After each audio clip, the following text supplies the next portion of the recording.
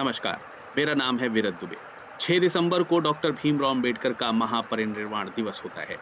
इस दिवस की याद में आइए जानते हैं डॉक्टर अंबेडकर जी के कुछ महत्वपूर्ण पहलू। दोस्तों, अभी जिस भाषण के जिन अंशों की हमने चर्चा की है, उसके बारे में आप ये समझ ही गए होंगे कि ये बाबा साहेब अंबेडकर की भाषण के अंश हैं। लेकिन आपको बता दूं कि ये भाषण बाबा साहेब ने 15 अक्टूबर 1956 को नागपुर में तब दिया था, जब इसके ठीक एक दिन पहले यानी 14 अक्टूबर 1956 को उन्होंने नागपुर की दीक्षा भूमि से अपने 3,65,000 फॉलोअर्स के साथ बौद्ध धर्म अपना लिया था। उनके इस कदम ने दलित आंदोलन और बौद्ध धर्म दोनों को गति दी। जैसा कि 1950 की जनगणना से पता चलता है, उस समय में बौद्धों की संख्या 1.5 लाख से कुछ कम थी। लेकिन डॉक्टर अंबेडकर के बाद दलितों के बड़े पैमाने पर धर्मांतरण के परिणाम स्वरूप केवल 10 साल में ही ये संख्या बढ़कर 32 लाख से ज्यादा हो गई। हालांकि बाबा साहेब इसके बाद ज्यादा दिन तक जीवित नहीं रहे। सिर्फ 2 महीने बाद ही यानी 6 दिसंबर 1956 के रोज उनकी मृत्यु हो गई। तब से इस दिन को महापरिनिर्वाण दिवस के रूप में मनाया जाता है। दोस्तों, इस मौके पर हम आज के इस शख्सियत कार्यक्रम में डॉक्टर अंबेडकर के जीवन से जुड़े कुछ अहम मुद्दों पर बात करेंगे। आज के इस एपिसोड में हम न सिर्फ उनके जीवन के प्रारंभिक पहलुओं के बारे में जानेंगे, बल्कि जानेंगे उस घटना के बारे में भी जिसने उनके मन में छुआछूत के बारे में कई सवाल खड़े कर दिए। क्या है महान सत्याग्रह? उन्होंने मनुस्मृति का दहन क्यों किया? जानेंगे क्यों डॉक्टर अंबेडकर ने बौद्ध धर्म को ही अपनाया, और साथ ही जानेंगे उनके द्वारा रचित कुछ प्रमुख रचनाओं इत्यादि। साथ ही आपको बता दूं कि यदि आप बाबा साहेब के राजनीतिक सफर और संविधान निर्माण में उनके योगदान के बारे में जानना चाहते हैं, तो शख्सियत कार्यक्रम के पिछले एपिसोड डॉक्टर भीमराव अंबेडकर संविधान निर्माता, इस एपिसोड में आप इसकी जानकारी प्राप्त कर सकते हैं। आइए शुरू करते हैं उनके जीवन परिचय से। प्रसिद्ध राजनीतिज्ञ, प्रसिद्ध न्यायविद, जाति प्रतिबंध और सामाजिक अन्याय को समाज से जड़ से दूर करने का भरसक प्रयास करने वाले डॉक्टर भीमराव अंबेडकर जी का जन्म 14 अप्रैल 1891 को मध्य प्रदेश के महू में हुआ था। उनके पिता श्री राम जी मालोजी सकपाल कबीरपंथी थे और वे महू में ही मेजर सूबेदार के पद पर सैनिक अधिकारी हुआ करते थे। उनकी धर्मप्राण माता का नाम श्रीमती भीमाबाई सकपाल था। बालक भीमाराव का प्रारंभिक शिक्षण दापोली और सतारा में हुआ। बम्बई के एल्फिंस्टोन स्कूल से वह 1907 में मैट्रिक की परीक्षा पास करते हैं। इस अवसर पर उनके शिक्षक श्री कृष्णा जी अर्जुन कैलुस्कर ने उन्हें स्वलिखित पुस्तक बुद्ध चरित्र प्रदान की थी। इसके बाद बड़ौदा नरेश सयाजी राव गायकवाड़ की फेलोशिप पाकर भीमराव ने 1912 में मुंबई विश्वविद्यालय से स्नातक की परीक्षा पास की। संस्कृत पढ़ने पर मनाही होने से वह फारसी लेकर उत्तीर्ण हुए थे। स्नातक के रूप में बीए के बाद एमए के अध्ययन हेतु बड़ौदा नरेश सयाजी गायकवाड़ से एक बार फिर वे फेलोशिप पाकर अमेरिका के कोलंबिया विश्वविद्यालय में दाखिल हुए। सन 1915 में प्राचीन भारत का वाणिज्य विषय पर शोध के साथ उन्होंने स्नातकोत्तर की परीक्षा उत्तीर्ण की।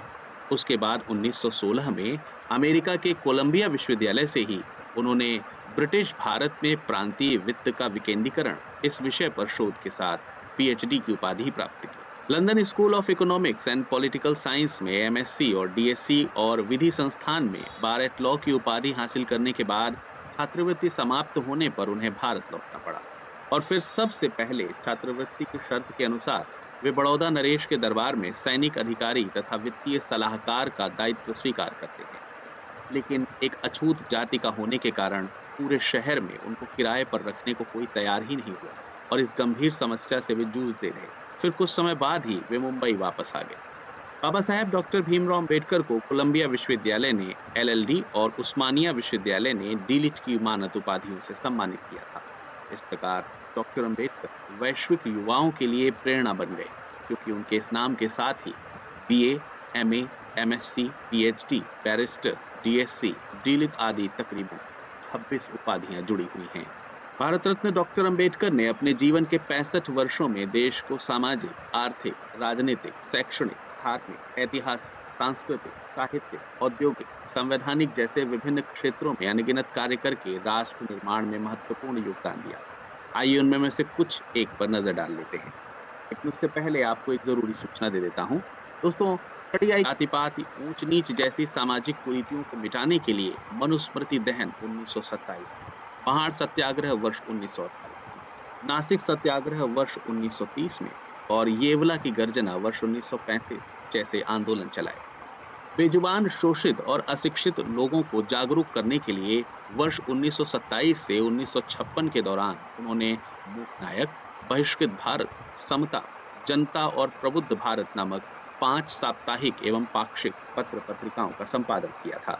कमजोर वर्ग के छात्रों को छात्रावास, रात्रि स्कूलों, ग्रंथालयों और शैक्षणिक गतिविधियों के माध्यम से उन्होंने 1924 में दलित वर्ग शिक्षा समाज संस्था की स्थापना की, जिसके जरिए अध्ययन करने और साथ ही आय अर्जित करने के लिए उनको सक्षम बनाने में मदद की गई। सन 1945 में उन्होंने इसी तरह अपनी पीपल्स एजुकेशन सोसाइटी के जरिए मुंबई में सिद्धार्थ महाविद्यालय और औरंगाबाद में मिलिंद महाविद्यालय की स्थापना की थी। बौद्धिक वैज्ञानिक प्रतिष्ठा, भारतीय संस्कृति वाले बौद्ध धर्म की 14 अक्टूबर 1956 को नागपुर में दीक्षा ली और भारत में बौद्ध धर्म को पुनर्स्थापित कर अपनी अंतिम रचना द बुद्धा एंड हिज धम्मा के द्वारा निरंतर वृद्धि का मार्ग प्रशस्त किया।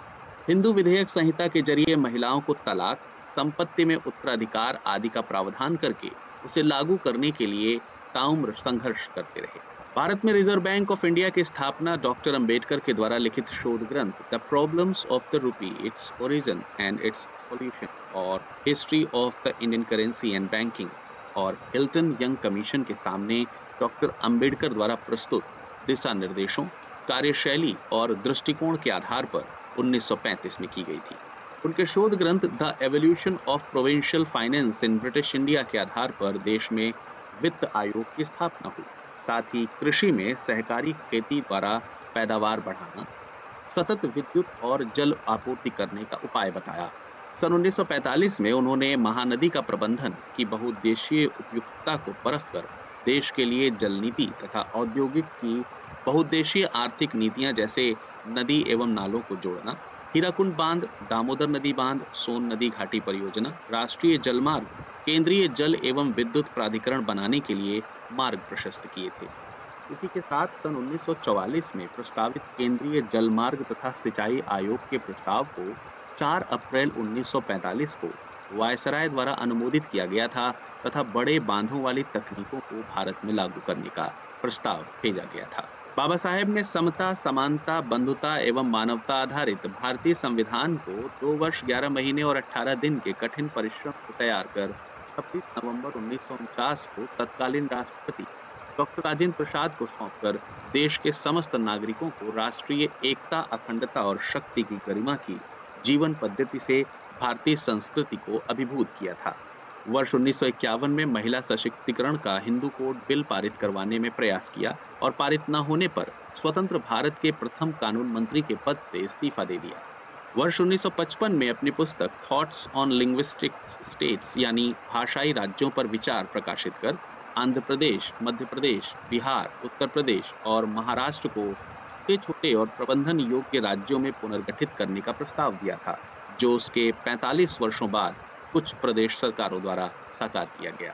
इसके अलावा निर्वाचन आयोग, योजना आयोग, वित्त आयोग, महिला पुरुष के लिए समान नागरिक हिंदू संहिता, राज्य पुनर्गठन, बड़े आकार के राज्यों को छोटे आकार में संगठित करना, राज्य के नीति निर्देशक तत्व, मौलिक अधिकार, मानवाधिकार, कंट्रोलर व ऑडिटर जनरल, निर्वाचन आयुक्त तथा राजनीतिक ढांचे को मजबूती प्रदान करने वाली सशक्त सामाजिक, आर्थिक, शैक्षणिक और विदेश नीति बनाई थी।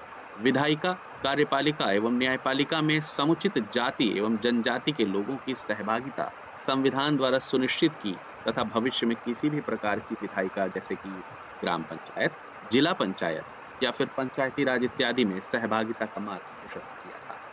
वायसराय की काउंसिल में श्रम मंत्री की हैसियत से श्रम कल्याण के लिए श्रमिकों की 12 घंटे से घटाकर 8 घंटे की कार्य समय, समान कार्य समान वेतन, प्रसूति अवकाश, संवैतनिक अवकाश, कर्मचारी राज्य बीमा योजना, स्वास्थ्य सुरक्षा, कर्मचारी भविष्य निधि अधिनियम 1952 बनाना, मजदूरों और कमजोर वर्ग के हितों के लिए तथा सीधे सत्ता में भागीदारी के लिए स्वतंत्र मजदूर पार्टी का गठन करके 1937 के मुंबई प्रेसिडेंसी चुनाव में 17 में से 15 सीटें जीती। ये उनके शिक्षा, सामाजिक सुरक्षा एवं कल्याण का एक महत्वपूर्ण हिस्सा रहा है। इसके अलावा नवंबर 8, 1943 को उन्होंने 1926 से लंबे भारतीय श्रमिक अधिनियम को सक्रिय बनाकर उसके तहत भारतीय श्रमिक संघ संशोधन विधेयक पारित किया और श्रमिक संघ को सख्ती से लागू किया। स्वास्थ्य बीमा योजना, भविष्य निधि अधिनियम, कारखाना संशोधन अधिनियम, श्रमिक विवाद अधिनियम, न्यूनतम मजदूरी अधिनियम और विधिक हड़ताल के अधिनियमों को श्रमिकों के कल्याण के लिए निर्मित करवाया। अब तक जानने के बाद आइए समझते हैं कि अछूतों, किसानों, महिलाओं और श्रमिकों आदि वर्ग की स्थिति में सुधार के लिए आखिर उनके मन में प्रेरणा कैसे आई। डॉक्टर अंबेडकर ने अपनी आत्मकथा वेटिंग फॉर वीजा में लिखा है कि तब वे महज 9 साल के थे। वे और उनका परिवार तब सतारा में रहता था और पिता फौज से रिटायर होने के बाद पूरे गांव के खजांची की नौकरी करने लगे थे। एक बार गर्मियों की छुट्टियों में उनके पिता ने अंबेडकर को उनके भाई बहनों समेत कोरेगांव बुलाया। वे ट्रेन से निकटतम स्टेशन मसूर पहुंचे, जहां से उन्हें कोरेगांव पहुंचना था। लेकिन समस्या ये थी कि स्टेशन से कोरेगांव तक उन्हें बैलगाड़ी से जाना था और कोई भी बैलगाड़ी वाला उन्हें अछूत जाति का होने के कारण उन्हें अपनी बैलगाड़ी में बैठाने के लिए तैयार नहीं था। जैसे तैसे एक बैलगाड़ी वाला इस शर्त पर तैयार हुआ कि वह दोगुने पैसे लेगा लेकिन बैलगाड़ी नहीं चलाएगा, बस साथ साथ चलता रहेगा। अंबेडकर और उनके भाई बहन गाड़ी में बैठ गए। गाड़ी अपने रास्ते चलने लगी। सफर लंबा था, रास्ते में रात हो गई और इसी समय प्यास लगने पर उन्होंने कई जगह पर पानी मांगा, पर किसी ने भी उन्हें महार जाति का जान लेने के कारण पानी नहीं दिया। अंत में एक चुंगी वाले ने उनसे कहा कि तुम्हारे लिए यहाँ पानी नहीं है, दूर पहाड़ी पर है, वहां से ले आओ। अंबेडकर लिखते हैं, मेरे दिमाग में चल रहा था कि हमारे पास भोजन काफी है, भूख के मारे हमारे पेट में चूहे दौड़ रहे हैं, लेकिन पानी के बिना हमें भूखा सोना पड़ा है और पानी इसलिए नहीं मिल सकता क्योंकि हम अछूत हैं। इस अनुभव ने उन्हें जातिवाद और छुआछूत को एक नए नजरिए से देखने के लिए मजबूर कर दिया। उनके मन में पहली बार सवाल उठा कि छुआछूत का क्या कारण है। ये गरीबी तो हरगिज नहीं हो सकती। अंबेडकर के पिता अच्छी खासी नौकरी करते थे। इन्हीं कारणों से आगे चलकर जब संविधान में आरक्षण का प्रावधान किया गया तो इसमें गरीबी को मुद्दा नहीं बनाया गया। अंबेडकर का कहना था कि दिक्कत गरीबी से नहीं है, गरीबी से कहीं बड़ी है। गरीब फिर भी अमीर बन सकता है, लेकिन एक पिछड़ी जाति का आदमी कितनी भी मेहनत कर ले, कभी अगड़ी जातियों के बराबर नहीं समझा जाएगा। साल 1927 की बात है। एक दिन महाड़ से एक पत्र उनके पास आया जिसमें लिखा था कि वहां अछूतों को चाबदार तालाब से पानी नहीं लेने दिया जाता। एक बार कुछ अछूतों ने वहां से पानी लेने की कोशिश की तो उन्हें बहुत मारा गया, घर जला दिए गए और परिवार वालों को जूतों से पीटा गया। अंबेडकर ने निश्चय किया कि वो महाड़ जाएंगे। 19 और 20 मार्च को डॉक्टर अंबेडकर ने कोलाबा में अछूतों की एक बैठक बुलाई। अंबेडकर ने यहाँ अपने संबोधन में कहा था, भाइयों, ऐसा प्रयत्न करो जिससे तुम्हारे बच्चे तुमसे अच्छी हालत में जिंदगी बिता सके। अगर तुम ऐसा नहीं कर सकते तो फिर तुम मनुष्य कहलाने योग्य नहीं थे। उसी रात बैठक में तय हुआ कि अगली सुबह से सत्याग्रह शुरू हो। सुबह सवेरे अंबेडकर अपने हजारों अनुयायियों के साथ तालाब पहुंचे। उन्होंने पहले खुद अंजुली से पानी लेकर खुद पानी पिया और फिर सबसे बारी बारी से ऐसा करने के लिए कहा, तो सभी ने ऐसा ही किया। महाड़ सत्याग्रह भारत में जातिवाद के खिलाफ अपने प्रकार का ये पहला सत्याग्रह था।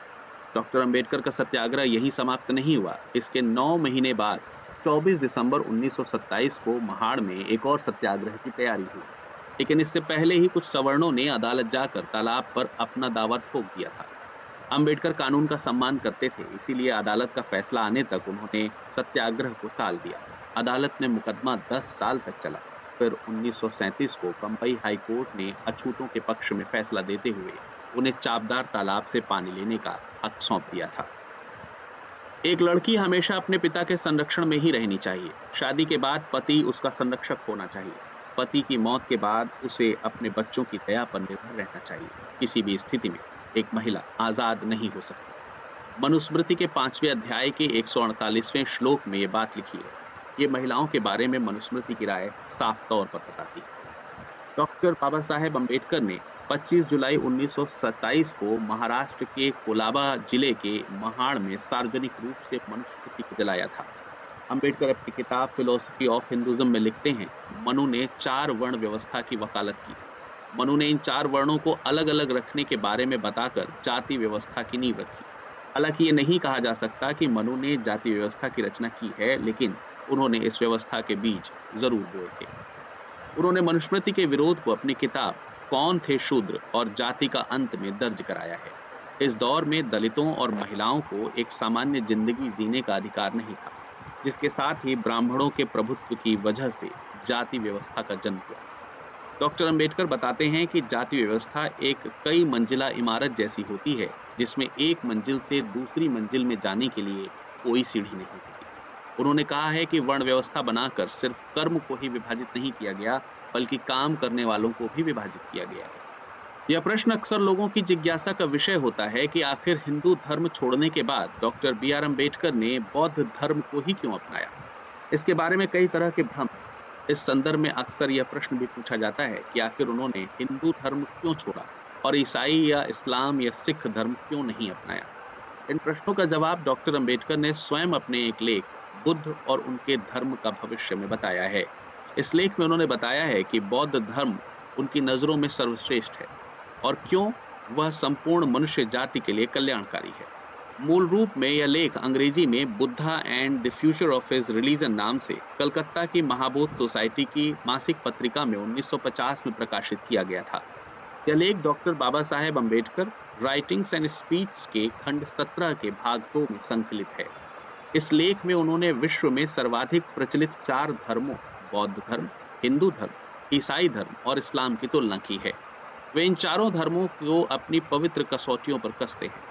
डॉक्टर अंबेडकर लिखते हैं कि बुद्ध ने एक मानव के ही बेटे के तौर पर जन्म लिया, एक साधारण पुरुष बने रहने पर संतुष्ट रहे और एक साधारण व्यक्ति के रूप में अपने धर्म का प्रचार करते रहे। उन्होंने कभी किसी अलौकिक शक्ति का दावा नहीं किया और न ही किसी अलौकिक शक्ति को सिद्ध करने के लिए चमत्कार दिखाए। बुद्ध ने मार्गदाता और मुक्तिदाता में स्पष्ट भेद किया है। ईसा, पैगंबर मोहम्मद और कृष्ण ने अपने को मोक्षदाता होने का दावा किया है, जबकि बुद्ध केवल मार्गदाता होने पर ही संतुष्ट थे। डॉक्टर अंबेडकर ऐसा कोई भी धर्म स्वीकार करने के लिए तैयार नहीं थे जिसमें ईश्वर या ईश्वर के बेटे, पैगंबर या खुद ईश्वर के अवतार के लिए कोई जगह हो। उनके गौतम बुद्ध एक मानव हैं और बौद्ध धर्म एक मानव धर्म है जिसमें ईश्वर के लिए कोई जगह नहीं। Buddha and future of his religion शीर्षक के अपने इस लेख में डॉक्टर अंबेडकर का कहना है कि धर्म को विज्ञान और तर्क की कसौटी पर खरा उतरना चाहिए। वे लिखते हैं कि धर्म को यदि वास्तव में कार्य करना है तो उसे बुद्धि या तर्क पर आधारित होना चाहिए, जिसका दूसरा नाम विज्ञान है। फिर वे धर्म को स्वतंत्रता, समानता और भाईचारे की कसौटी पर कसते हुए लिखते हैं कि किसी धर्म के लिए इतना पर्याप्त नहीं है कि उसमें नैतिकता ही, उस नैतिकता को पूरे जीवन के मूलभूत सिद्धांतों स्वतंत्रता, समानता और भ्रातृत्व को मानना चाहिए। अंबेडकर ने हिंदू धर्म छोड़ने की घोषणा 1936 में ही अपने भाषण जाति भेद का उच्छेद यानी एनिहिलेशन ऑफ कास्ट में किया था, लेकिन उन्होंने धर्म परिवर्तन 1956 में जाकर किया। इस बीच उन्होंने सभी धर्मों का अध्ययन किया और फिर अपने हिसाब से श्रेष्ठ धर्म का चयन किया। अच्छे और कल्याणकारी धर्म की उनकी खोज उन्हें बौद्ध धर्म तक ले आई, इसलिए उन्होंने अपने अनुयायियों के साथ बौद्ध धर्म ग्रहण किया था। अब आइए एक नजर डाल लेते हैं डॉक्टर अंबेडकर जी की प्रमुख रचनाओं पर। डॉक्टर अंबेडकर ने अपने जीवन में कई सारी रचनाएं लिखी, उनमें से कुछ प्रमुख है। The evolution of provincial finances in British India, the problems of the rupee, its origin and its solution, annihilation of castes, federation versus freedom, Pakistan और the partition of India, thoughts on Pakistan, what Congress and Gandhi have done to the untouchables, who were the Shudras, thoughts on linguistic states, राज्य पुनर्गठन आयोग के प्रस्तावों की